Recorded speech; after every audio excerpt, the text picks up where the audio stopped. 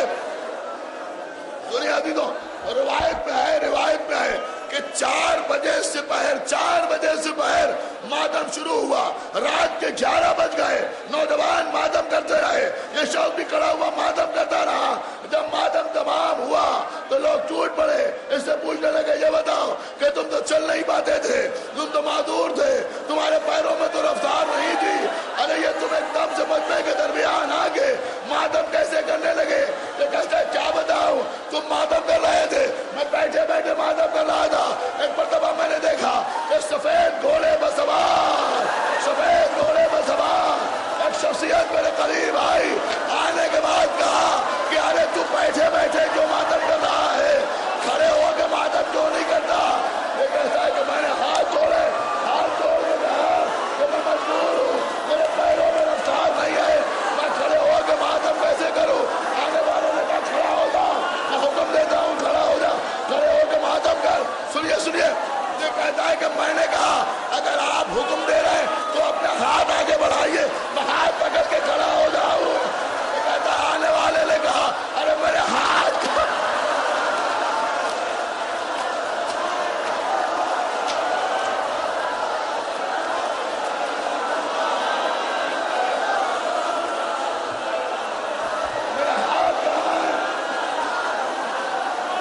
اچھا میں اپنے گھوڑے کو حکم دیتا ہوں، ان کے گھوڑے نے سر جھکایا، میں نے گھوڑے کی لگام کی رسی پکڑی، گھوڑے نے سر اٹھایا، میں کھڑا ہو گیا، تمہارے درمیان آ کے ماتم کرنے لگا۔ سنیے عزیزوں، سنیے، آج آپ بہت روئیں گے، عزیزوں۔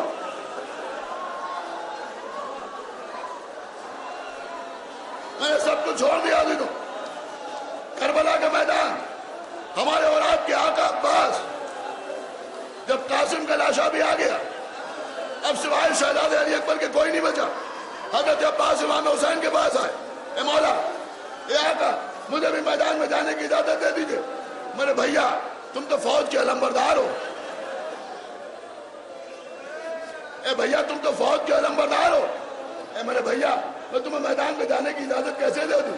کہا آقا اب وہ فوج کہاں ہے جس کا میں علمبردار؟ آقا اب وہ فوج کہاں ہے جس کا میں علمبردار ہوں؟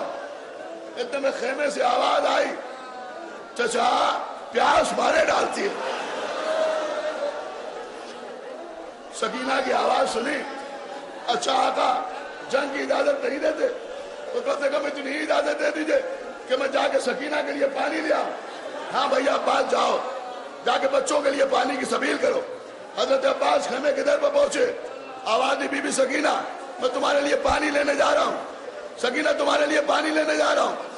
عزیزوں بی بی سکینہ ایک بالکل سوکھی ہوئی مشق لے کے آئی، حضرت عباس نے علم کو جھکایا، بی بی سکینہ نے اپنے ہاتھوں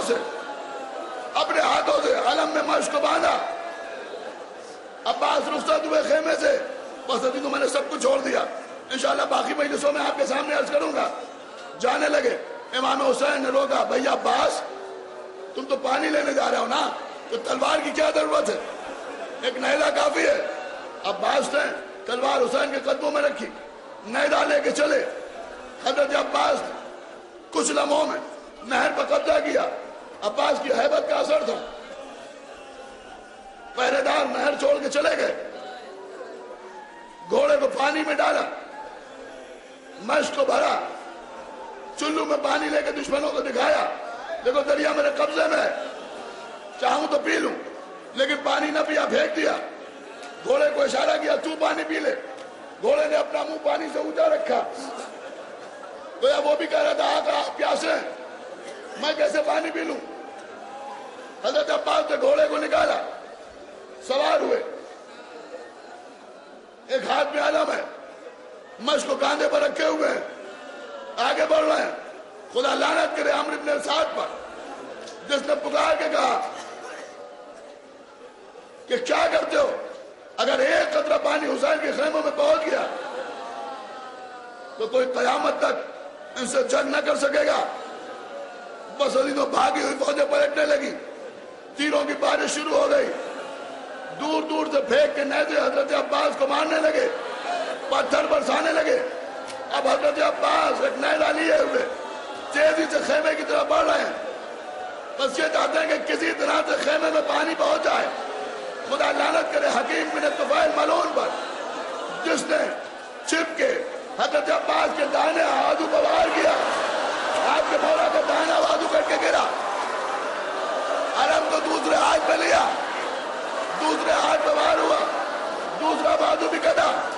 اب مولا عباس نے سنیے، اب مولا عباس نے نیزے کو گھٹنوں میں دبایا، مشق دانتوں سے دبایا، مشق کو دانتوں سے دبایا، علم کو کندھے سے لگایا۔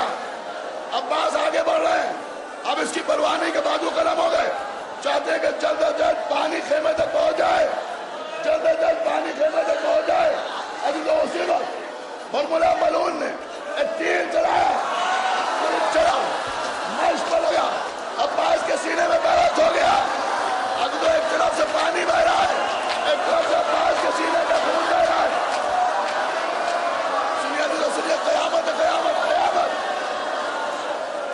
رکیے ابھی، قیامت ہے ابھی تو، لیکن خدا کے لیے اپنی اپنی جگہ میں بیٹھے رہیے، مسائل مکمل ہو جانے دیجیے۔ حضرت عباس نے دانتوں سے مشکیزے کو پکڑا، لیکن مشکیزے پر تیر لگا، پانی بہ گیا، پانی بہ گیا، ابھی تو خون بہنے لگا۔ تو آپ سنیں گے ابھی تو حضرت عباس نے اپنے گھوڑے کا رخ موڑ لیا، اس لیے کہ اب پانی بہ گیا، اب خیمے میں جا کے کیا کروں گا، سکینہ کو کیا منہ دکھاؤں گا۔ اب عباس دشمنوں کی طرف چلے، دشمنوں کی طرف چلے، گھٹنے میں نیزہ دبا ہوا ہے، جو سامنے آتا ہے اسے فنا کرتے ہیں۔ ابھی تو اسی وقت ایک ملعون نے ایک تیر چلایا، تو مولا عباس کی ناک میں آگے لگا، آنکھ میں تیر لگا۔ عباس نے کہا کہ تیر کو نکالے، جادو قلم ہو چکے تھے، تیر کو نکالتے تو کیسے نکالتے؟ ایک پتھر جھکے، میری طرف دیکھو، میری طرف، میری طرف دیکھو، میری طرف دیکھو، سکیت کے بعد کرو، سیدھا ہاتھ پار کے بعد کرو۔